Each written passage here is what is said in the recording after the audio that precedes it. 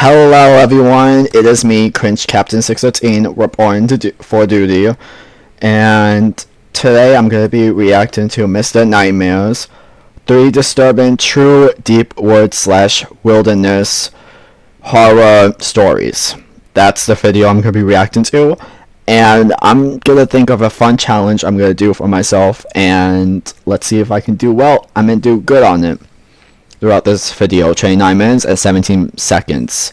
The challenge is try not to be scared. I'll have 3 lives, well, known as 3 chances. If I get scared 3 times throughout a video or each video I watch for the channel, my recording for the video ends. That's where I'll end it off. So I only have 3 chances. So hopefully I can make it far without being terrified or traumatized. And I'm probably gonna lose my chances quickly because if anything that comes to say the basement or the woods, it's game over for me. Especially the woods. I prefer the basement. Basement sounds way better than the woods, because at least you know you're still around your neighborhood or house, or it's in your house, right? You know you're safe at least, but the woods, more dangerous. Okay, let's get started, shall we? Also, what else was I gonna say?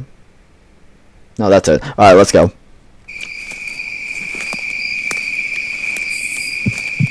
By the way, you can join along in this challenge if you want to. Brace yourself for the literal terror I'm about to share with you. If you get too scared, don't watch this. I don't even know if this is the place for a story like this, but I can't think of anywhere else to talk about it, and I just need to put it out there. I've told everyone under the sun about this. My family, my neighbors, my friends, random news outlets. It's never enough. I can't really explain it, but I feel some weird obligation to inform as many people as possible about what's been happening to me. So here goes. It's November of 2019 as I'm writing this. The story goes way back. I'm talking like 7 years plus. I can't tell you the exact year off the top of my head, but let's just say 2012. It might have been 2013, but that's my best guess. I was in my mid-20s with a stable job and girlfriend who's now my fiancée. I never went to college, so I had been in the workforce for a while, and it was unlikely that my life would ever experience any drastic change. Because of that, there was no reason for me to move far away from home, so I didn't. At that age, my girlfriend and I had just moved into my childhood home that my parents so graciously passed on to me as my first house. It's an extremely old brick house that my dad had actually inherited from his parents when he was around 40, so I'd be keeping it in the family. The house itself has seen a few rounds of renovations, but you can still tell it's old. It's the brick that gives it away. There are very few brick houses in our area, so it sticks out like a sore thumb. I kind of like that though, it feels special. Speaking of our area, we live in a very woodsy neighborhood, so the houses are spaced pretty far apart. Our house is also the last lot. That has to be a huge red flag there, I'm so sorry. If I ever had a house, I would move out automatically if it was the woods. I have my reasons why. It's dangerous, it has wild animals, and it could be weirdos, creeps out there. I don't know what it is about the woods, but I just can't. I don't see it that way. Or live somewhere else, not the woods. I'd rather live in a city that's full of gangsters and violence more than the woods, honestly. Like, I'd rather live in the dangerous part of the city instead of the woods. Just rather put it like that. That shows how badly I don't want to live in the woods. Let's get back to the video. On our street, so instead of bordering the woods on just one side, we border it on 2. The woods back there is massive, and I mean massive. As a kid, my brothers and I would often... I'm sorry. Did he say massive, the words? 2 red flags. They are major red flags. Goodbye. I would have moved out automatically. You don't even have to give me a third reason why I should move out. Actually, no. You don't even have to give me a second reason why I need to move out. I don't know if it's a second reason. I mean, you don't have to give me any more reasons. I just said enough already. I would have moved out. Don't give me another third flag either, because I'm already gone after the first two. Matter of fact, after the first red flag, I would have been gone. Often go exploring in there, but no amount of aimless wandering ever got us even close to charting the whole thing. I'm sure some people would find that intimidating, but I've always enjoyed the wilderness, so it wasn't a Can you please just hear me out? No, all work management platforms are the same. They take forever to learn, and big deal to I apologize about the ad. Ignore that, especially the purple llama. me. Plus, I'm a guy who likes keeping to myself, always have, so being isolated in my own little corner of the earth was appealing. Anyway, my girlfriend and I had been living there for a few months when all this started happening. It was sometime in the winter. I can't remember the exact Wait, month. what happened, though? All I know is that there was snow on the ground. It was sometime after 8 in the morning on a Sunday, the one day a week I got to sleep in. As I was getting in my pickup truck to treat myself to a coffee like I do every Sunday morning, I noticed something odd. In the driveway, right next to my car, there was what looked like a trail of footprints in the snow. My first thought was that my girlfriend had somehow woken up before me without me hearing her, and she came out to the driveway for whatever reason. But the more I looked around, the more I realized that was impossible. The path led across my front yard and through the hole in our side yard fence, meaning the footprints had originated from somewhere in the woods. On top of that, the trail didn't lead anywhere near our house, meaning they couldn't have been created by my girlfriend. I remember standing there, confused as hell. The trail didn't lead around our house or up to any of the windows, just the driver's side door of my car. That meant someone had walked directly from the woods to my car, only to immediately turn around and walk straight back into the woods. It was bizarre. I ended up asking my girlfriend about it later that day, but she obviously wasn't responsible for it. I wish I could give you more details about that first instance, but it was so long ago that that's about as much as I remember. It must have been at least 2 winters after that when the next thing happened. I specifically remember it being 2015, because that was the year my Seahawks lost the Super Bowl to Tom Brady. I woke up that morning and walked to my car.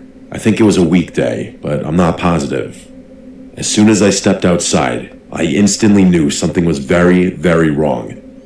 There were footprints everywhere. I'm talking in the driveway, near all the windows, around the perimeter of the house. The yard was completely covered in them. I'm a pretty level-headed guy, so I'm not going to say I started panicking, but I'd be lying if I said I was completely calm in that moment. I was already late for work, so I didn't have time to inspect the prints very closely, but I didn't want to leave my girlfriend in a potentially dangerous situation. I quickly ran around the house and yard to make sure no one was lurking on the property, but that was about all I could do in the limited time I had. As I was pulling out of the driveway, Or instead of looking around, at least tell your girlfriend to lock up the place, or hold on to a weapon just in case, and have the phone near you to call 911. I mean, if that place had a phone, or if you have a phone of your own, you might as well do that too. You could have done that. I texted my girlfriend about the situation so she wouldn't freak out. Actually, with the limited time that person just said, Mr. Nightmare explained, what would you do? A, tell your girlfriend about this and tell her to have a phone and a weapon near you and lock up the place, or B, would you just check around the house perimeter place and then just head off to work? If you had to choose one of those options, which one would you choose? Comment down in the comments section below which choice you would do. I ended up leaving work early that day, mostly because the situation was stuck on my mind. By the time I got home, my girlfriend had made some shocking discoveries. As soon as I pulled up, she beckoned me into the yard and pointed at one of the trails, saying it had been bothering her all day. At first, I was confused, but then I realized what she was talking about.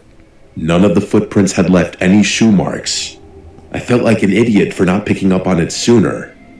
Whoever had left the footprints had been walking around in their bare feet. I I was at a loss for words. Who the hell would walk around barefoot in freezing cold temperatures? My girlfriend suggested that maybe it was some kind of animal, but the prints genuinely looked like 2 human feet. We went inside and called my dad, but he said he'd never experienced anything like that in all of his years of living in that house. He told me to grab my rifle and try tracking down whoever had left the footprints. I really didn't want to, but I knew this kind of thing was my responsibility. My girlfriend wanted to call the police, but I knew that would be a waste of time. We had no evidence that a crime was committed, and I didn't think trespassing would warrant a search. I told her I'd call the police if I found something in the woods, and she agreed. Like I said before, that woods is its own world, so I told myself I'd turn back as soon as the sun started going down. I slung my rifle over my shoulder and headed. That's where I would just sell the house. I'm sorry. Whoever was looking around, take the house for free. Take it. I'm leaving. I don't want to live near the woods ever again. I don't care if this is a family's addition or childhood home.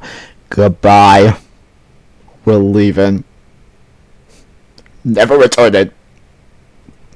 Never do that. It out. Also, forget about the sunset, and I would never go in the woods in the first place. Especially during the night. Wouldn't go in the woods at all. Must have been following the trail for like 30 minutes when I noticed something really strange. Seemingly out of nowhere, the trail split into 2 diverging paths. I didn't know which one to follow. Hold on, 2.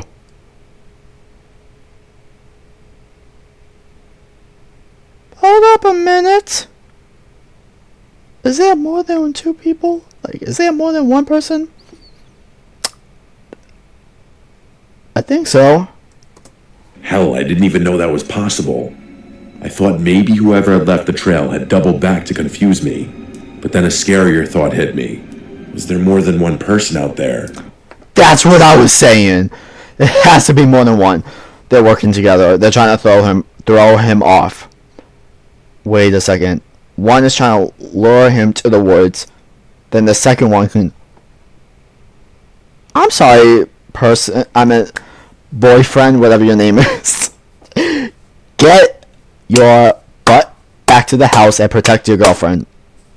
Because if there's more than 1, your girlfriend could be in danger. Because there's only 1 rifle, I've heard, and that boyfriend has it. What does the girlfriend have? Besides the phone. To call 911, but what else would they have to defend themselves? And we don't even know if these men's, women's, females, transgender, or these type of people. I don't know who, but these type of people could even have weapons. What if they have a gun of their own? That's even more scarier. Alright, let's continue.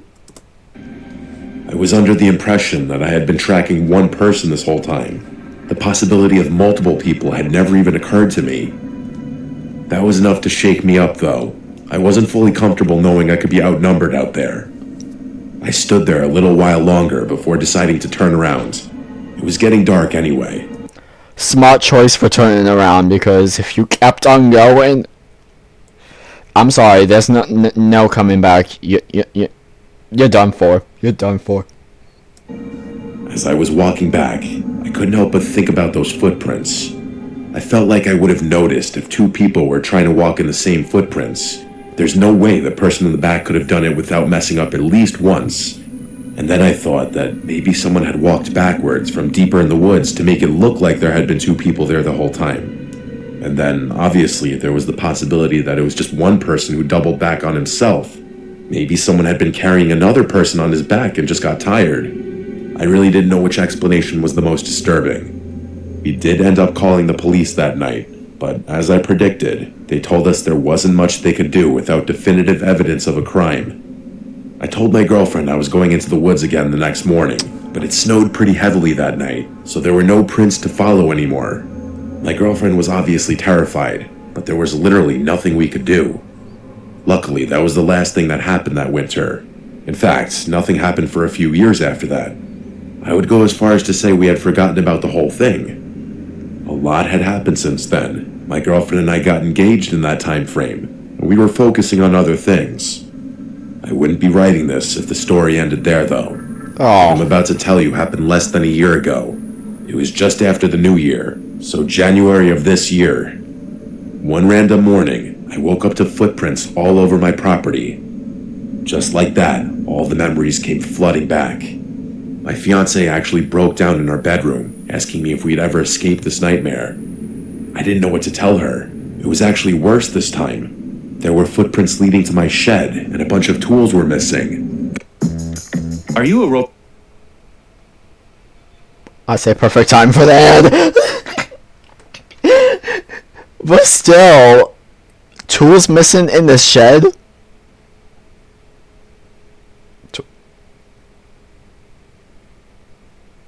I don't want to imagine the reason why Roblox or fan? who. Well, Microsoft Rewards what's is a the brand reason? new way for you to earn digital gift cards from Roblox. God knows what else those people had done. I was furious.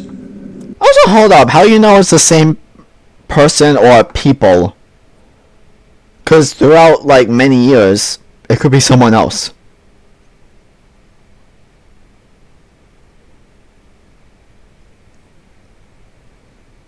Just wanted to point that out. I called up my friend Theo, explained the situation, and asked him if he'd help me. He's a big wilderness guy, and a much more experienced hunter than I am, which is part of the reason I asked him for help. He agreed and drove over to my place a few hours later. My fiancée was worried sick, but I promised her that Theo and I would be able to handle ourselves. We dressed for the cold and geared up, knowing we might be out there for hours. The reason I wasn't worried about the darkness this time around was because Theo had this really expensive thermal scope for his AR-10, which would allow us to see in low visibility. I never spent that much money on hunting equipment, so I'd still be blind, but it was definitely comforting knowing at least one of us would be able to see. I won't sugarcoat it, I was pretty scared by the time we headed out. At first, Theo and I talked as we walked, but after 45 minutes, we were mostly silent.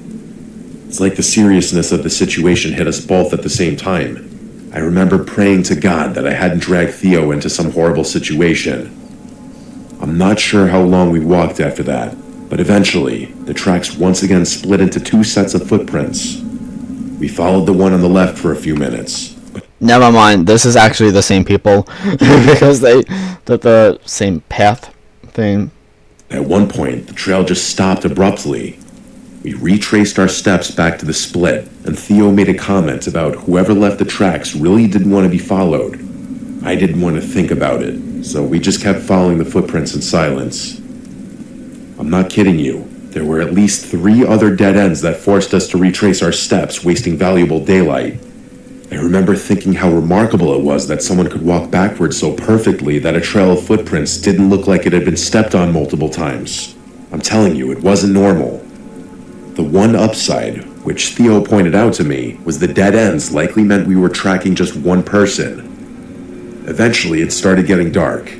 We were really deep in the woods at that point. I didn't recognize my surroundings at all. The trail of footprints didn't diverge for a long time after that. Theo said whoever we were tracking had probably given up trying to make dead ends. Another 5 minutes or so passed, and the footprints started getting noticeably deeper. We were getting closer. At one point, another set of footprints appeared right alongside the original. Theo cursed and whispered that he had been wrong, and that we were probably tracking 2 people. The sun was basically all the way down now, so Theo was checking his scope every so often. The snow gave me some visibility, but I'll be honest, I probably would have turned around had it not been for Theo's scope. We were walking in complete silence. Out of nowhere, I felt Theo's arm reach against my chest, motioning me to stop. I looked at him, and he was looking straight ahead through his scope.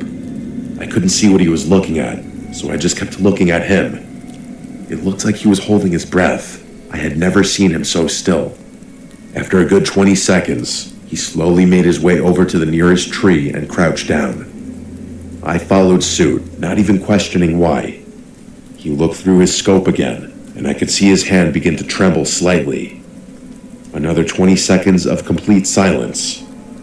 I was dying of suspense, so I lightly tapped his shoulder. He lowered his rifle and silently handed it to me. I looked through the scope, and had to fight back a scream. There were 4 figures huddled in the snow.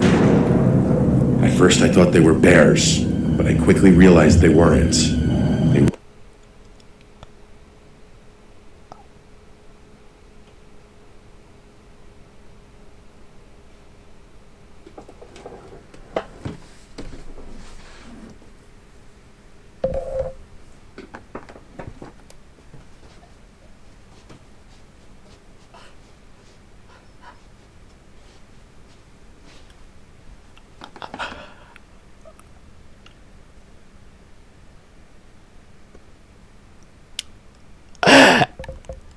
That's all for today. Have a nice day.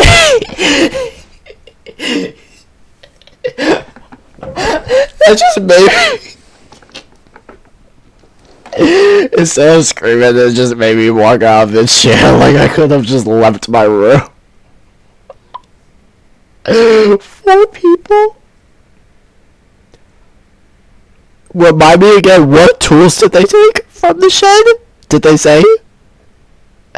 I swear, if it's a chainsaw, machete, or an axe, may I ask them a question? That was bad, I'm sorry. But still. Goodbye. I can't do it.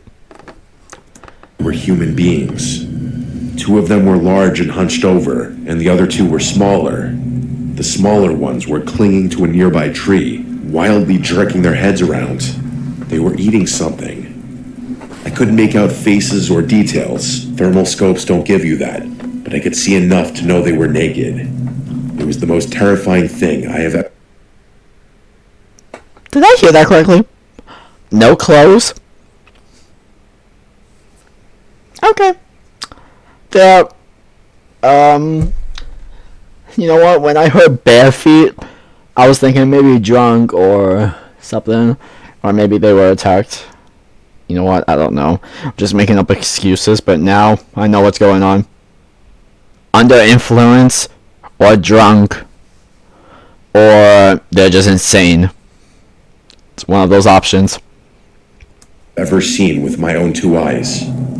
Eventually, the larger ones picked up the smaller ones from off the tree and placed them on their shoulders. They then began walking deeper into the woods. Theo and I sat under that tree for what felt like an hour. We didn't dare move until we were positive that there was no way those things could hear us. By the time we got back to the house, hours later, I was surprised to find my fiancée was still awake. She told me she couldn't sleep knowing I was out there, and asked what we found. I told her in as minimal detail as possible, but she was still horrified. We called the police that night, who told us they'd search the woods the first thing the next morning. Theo agreed to stay the night so the 2 of us could assist the police in their search. The next morning, the police searched the woods with our help, but called it off after a few hours due to the partly covered up footprints. My fiancé demanded that they keep searching, but they said they couldn't sanction a huge search over some missing tools. I don't blame them, but it didn't feel like closure. Theo and I knew what we saw. Winter is fast approaching, and both my fiancé and I are worried those people are going to come back again. We're seriously considering moving, but haven't been able to get the ball rolling on that. I don't really know what to think. Like I said earlier, I've told everyone I can about what's been happening to us. It's literally been going on for years. None of my neighbors have ever experienced anything like this, which doesn't make sense to me.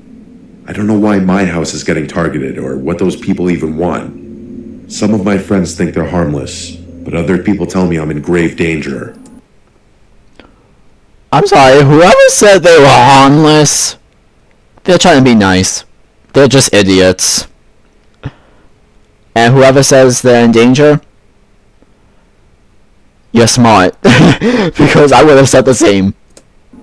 I think I'm gonna try and seal off my yard for the woods, but I don't know what else to do besides that. Hopefully we can move out soon. I hope they ended up being okay at some point. I hope so.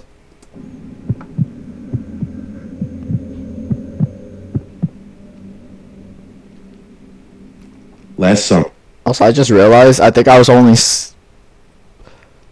I think I was just a little traumatized once, so I think that was strike one, so I only have 2 more to go. I don't think I'm gonna make it this far. I'm gonna lose it. Alright, let's watch it. Summer, I decided to tackle a major section of the Pacific Crest Trail. I've always loved hiking, especially solo trips. My plan was simple: park my car at the end of the section, hitch a ride to the trailhead, and hike back over the course of a little more than a week and a half. It sounded straightforward enough at the time. The first few days went smoothly, about how I expected. The trail was everything I'd hoped it would be: endless stretches of towering trees and winding paths cutting through serene landscapes. I'm in pretty good shape, so I don't have to stop very frequently when I'm hiking. I'm obviously not going to hike in the dark, though, so every night I had to pitch a tent to get some shut-eye.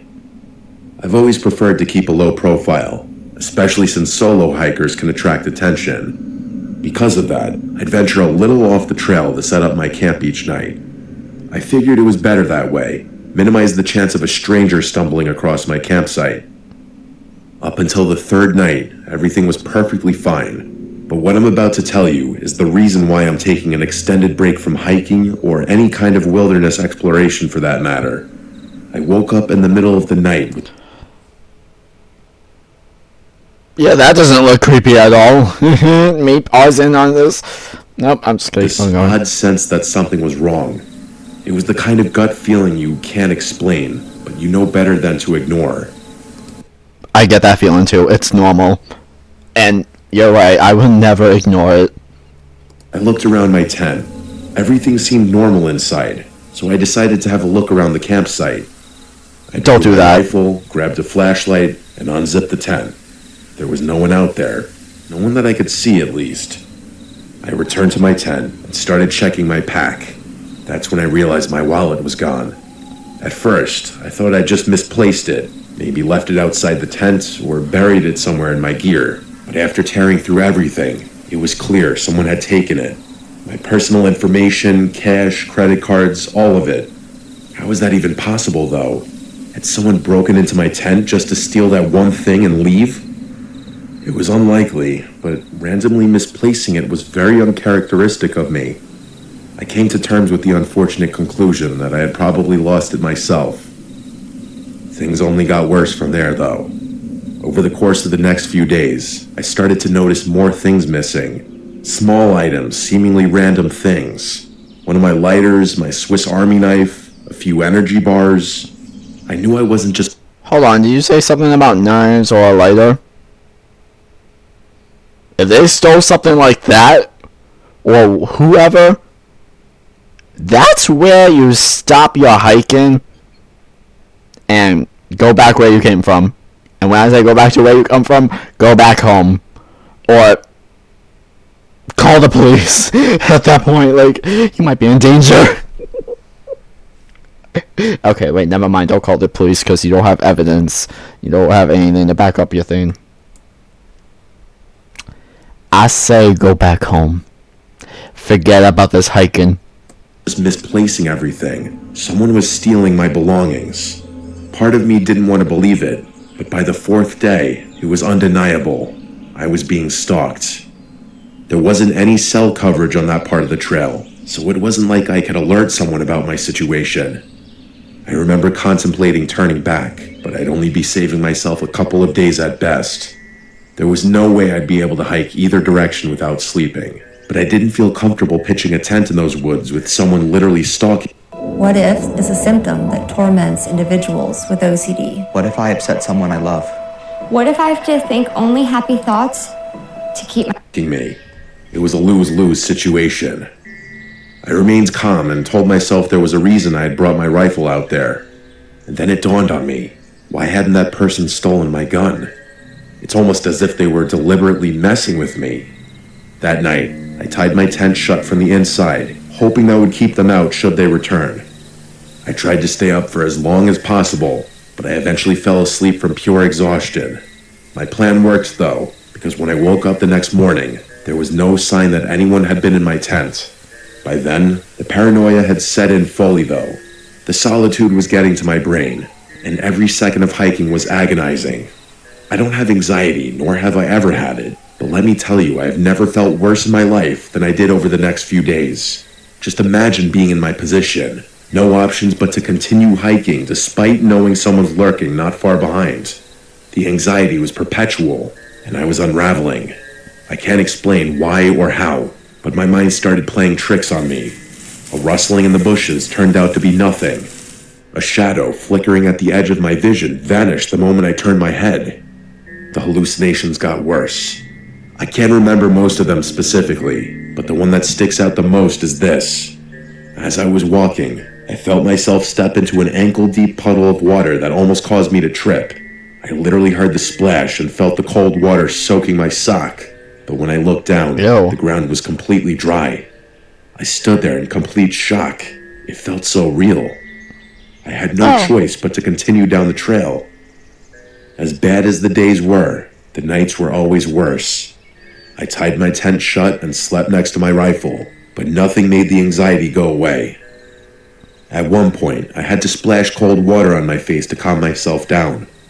The hallucinations mostly subsided after that.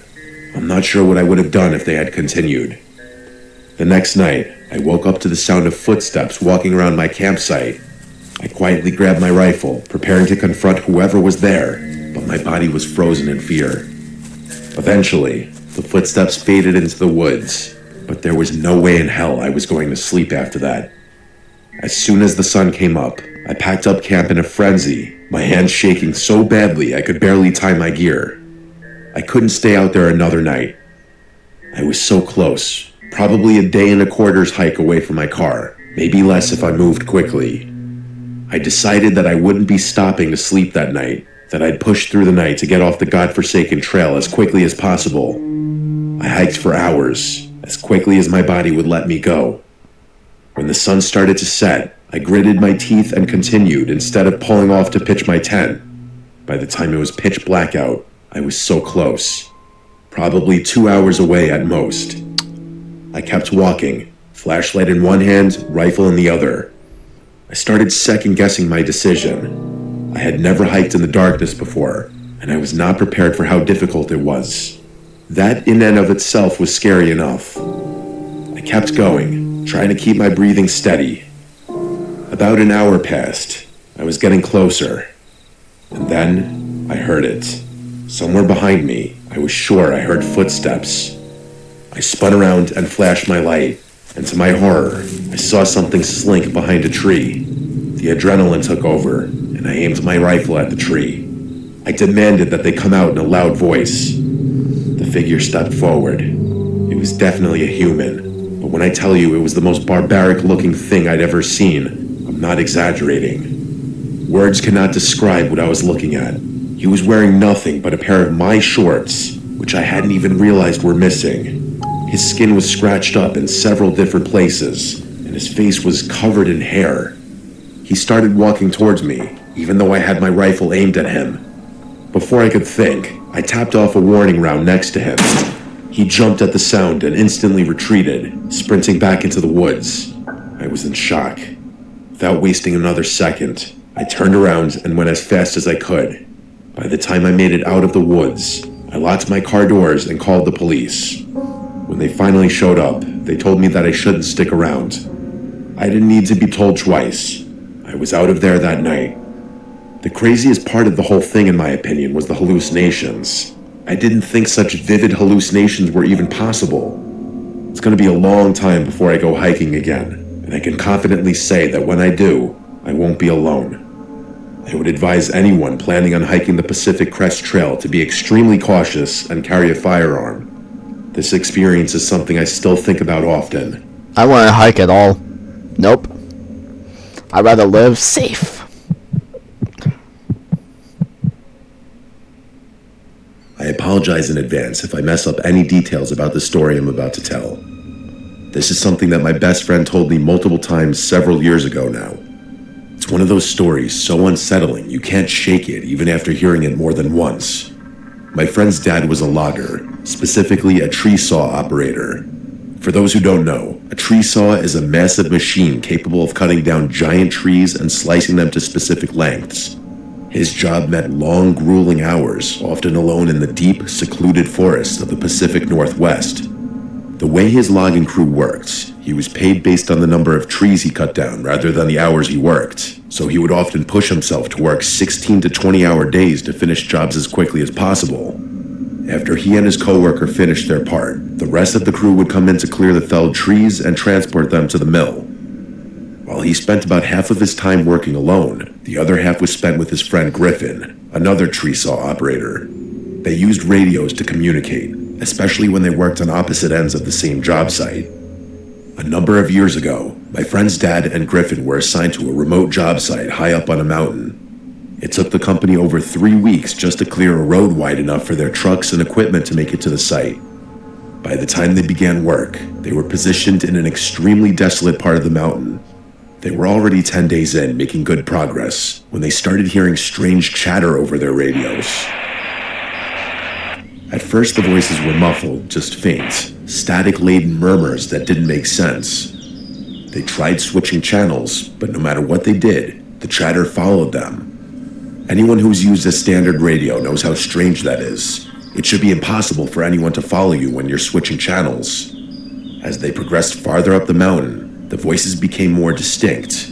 They couldn't hear full conversations, but based on what they could hear, they both agreed that the tone of the conversation fragments felt off. My friend's dad said it sounded almost casual at times, but the content was unintelligible. They also started finding strange signs that people had been there before them. Random containers, footprints in the dirt, and small makeshift campsites. Like I said before, they were in a place so remote it was practically inaccessible, so these discoveries were deeply unsettling. No one should have been up there. One day, Griffin came across a tent hidden just off a trail and called my friend's dad over. They decided to investigate. Inside, they found a single sleeping bag and a duffel bag filled with the most disturbing things imaginable. Multiple pairs of children's underwear, duct tape, rope, and crude sketches of children being molested. There were even photos of a fresh apple indicating whoever owned it had been there recently. Griffin wanted to pack up and leave immediately. My friend's dad, ever the workaholic, insisted they finish the job. They agreed to limit radio communication to emergencies only and decided to keep working. That night, they sat in the camper, unable to shake the dread that hung over them. The radio crackled to life again, and this time, they could make out snippets of a conversation between two men. They were talking about mundane things, collecting water and firewood, but the realization that these men were likely connected to the tent freaked my friend's dad out. Griffin wasn't as fazed, but my friend's dad was losing it. The next night, my friend's dad decided to confront them. When he heard the men talking about gathering bush for a fire, he grabbed the radio and demanded to know who they were and what they were doing there. The radio went silent immediately, and the men didn't respond. That silence was almost more 진짜 맛있다. 진짜 love, 진 라면. more unnerving than the chatter. Griffin was upset that my friend's dad had announced their presence, and the two of them got into a brief argument before deciding they'd escalate the situation the next day. Around midnight, Griffin shook my friend's dad awake, whispering that someone was outside the camper. The first thing he noticed was the soft sound of footsteps crunching on the gravel outside. Heart pounding, he fumbled for his gun, only to realize it wasn't loaded. He had no idea where his ammunition was. Griffin was unarmed, and the idea of calling the police was laughable given their location. They both sat frozen as they heard the camper door handle jiggle. The door creaked open, but didn't fully swing inward. Their camper was high off the ground, and there was no ladder or stool to climb up. Then came the scratching. Long, deliberate scratches along the outside of the door. 4 agonizing minutes passed. Finally, my friend's dad nodded at Griffin, signaling he was going to check it out. That's strike 2 for me. I'm traumatized.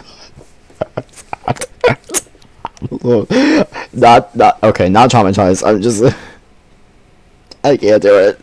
I'm gonna say that I'm a little spooked. So that's definitely okay. Strike 2. Woo! Like scratches against the metal or something. That does not sit right with me. Or got me. There's also someone like out there. He At moved least I made it quietly through the toward video. door, gripping a flashlight in his shaking hand. I think. Just as he reached the door, it burst open, and he was struck across the face with a knife. His pain was blinding. He fell out of the camper, hitting the ground hard. Before he could recover, a man was on top of him, pressing the knife against his neck. Another man appeared, kicking him repeatedly in the head. Griffin, without hesitation, leapt out of the camper and tackled the man with the knife. The second man bolted into the darkness, and the one Griffin had tackled scrambled to his feet and followed. They disappeared into the forest. Griffin helped my dad's friend back into the truck, and they drove 2 hours to the nearest hospital. It was bad. His face was a bloody mess, and there was a cut across his eye so severe it permanently damaged his vision. They reported the attack to the police, but nothing came of it. 2 weeks later, as the rest of the logging crew finished the job, one of their coworkers was found bound, gagged, raped, and murdered in a ditch. Oh, okay. No arrests were ever made. To this day, my friend's dad struggles with PTSD.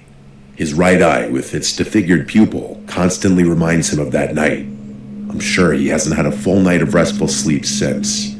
I've been terrified of deep woods for a long time now. I'm pretty sure I just got spooked again, so... yeah. That's when the video ends. I hope everyone enjoyed seeing my reaction. If you did, subscribe to my channel, like the video, put on notifications so you don't miss anything, share the video, and share my YouTube channel to your friends, family, or loved ones if you have any. And if you do,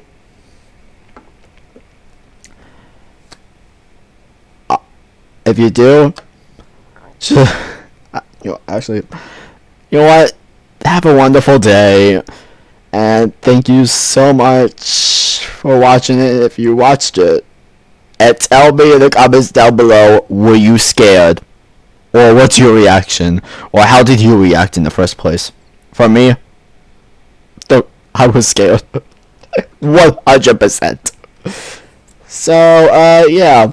I'm coming back to reaction videos. Hopefully. But other than that, that's all I have. I'll see you all next time. Bye.